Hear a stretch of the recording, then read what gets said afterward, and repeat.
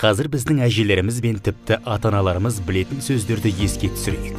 Әлеуметтік қамтамасыздандыру, ТТБ, паспорт үстелі, үй кітапшасы, ВТБ естеріңізге келді ме? Ал дәл қазір терең тыныс алып, өткен уақыттың мұрасын мәңгілікке ұмытып қалыңдар.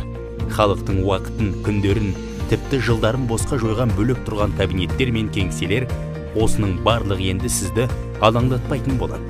Қолайсыз қызметтердің орнына электрондық үкімет деп аталатын жаңа және әмбебап құбылыс келді. Біздің уақытымызды үнемдейтін және азаматтарға еліміздің өміріне қатысуын қамтамасыз ететін көптеген мемлекеттік қызметтермен жабдықталынған электрондық үкімет 10 жыл бұрын осындай жайт тіпті ойымызға да кірмеді. Бірақ жаңа мүмкіндіктер біртіндеп пайда бола бастады. Мысалы, айыппұлдарды ғаламтор арқылы өтеу, баланың тууын кезекте тұрмай тіркеу, бұл жайт өмірімізді айтарлықтай жеңілдетті. Дегенмен, еліміздің өміріне әр азаматтың қатысуын толық жарамды жасау үшін анықтамалар мен төлем ақылары жеткіліксіз болып табылғанын білдік. Алдымызда одан да биік мақсат тұрды. Бұл адамдарға мемлекеттік құрылымдармен өзара әрекеттесу үшін толық жарамды жағдайды туғызып, барлық бөлек тұрған қызметтерді бір әмбебап жүйеге айналдыру болды. Осы жүйенің негізі егов порталы болып табылады. Бұл тіпті мектеп оқушыларына да белгілі болып табылатын танымал жасыл логотипі бар сайт. Жеке әлде заңды тұлға болуына қарамастан кез келген қазақстандықтың қызметтер мен кеңес берудің аса ауқымды тізіміне қол жетімділігін алу үшін компьютер мен ғаламтордың болуы жеткілікті болады. 2016 жылы мемлекетіміздің ең үлкен порталына 10 жыл толды. Осы уақыт аралығы ішінде 5 миллионнан астам адам егов қолданушылары болып, оларға шамамен 130 миллион қызмет түрі көрсетілді. Және де бұл таң қалдырарлық жаңалық емес, өйткені егов адам өміріндегі бүкіл аспектілерінде қосақталып жүреді ғой. Мысалы, баланың туу кезінде композиттік қызметті рәсімдеуге және баланы бақшаға кезекке қоюға болады. Отбасыны тіркеу үшін некені тіркеу жөніндегі арызды жазуға, оқу үшін болашақ стипендиясын алу үшін құжаттарды тапсыруға, жұмыс үшін мекенжай анықтамасын алуға, зейнетақы үшін зейнетақы төлемдері туралы мәліметті алуға болады. Және бұл қазақстандықтардың өмірін жеңілдетуге арналған қызметтердің толық тізімі емес. Келесі сандар порталдың функционалдығы мен тиімділігін көрсетеді. 64 миллионнан астам анықтама берілді. Қызметтердің ерекше түрлерінің санын есепке алмағанда, олардың ішінде 20 миллионы жылжымайтын мүлікке қатысты анықтамалары болып табылады. Бәріне белгілі екі құрылым егов порталының маңызды айырылмас серіктесі болды.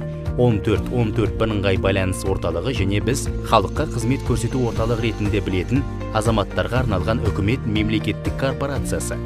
Бірыңғай байланыс орталығының көмегімен қолданушыларға басты бағыттары болып табылатын егов және мемлекеттік қызметтер арқылы кез келген мәліметті реттеу мүмкін болды.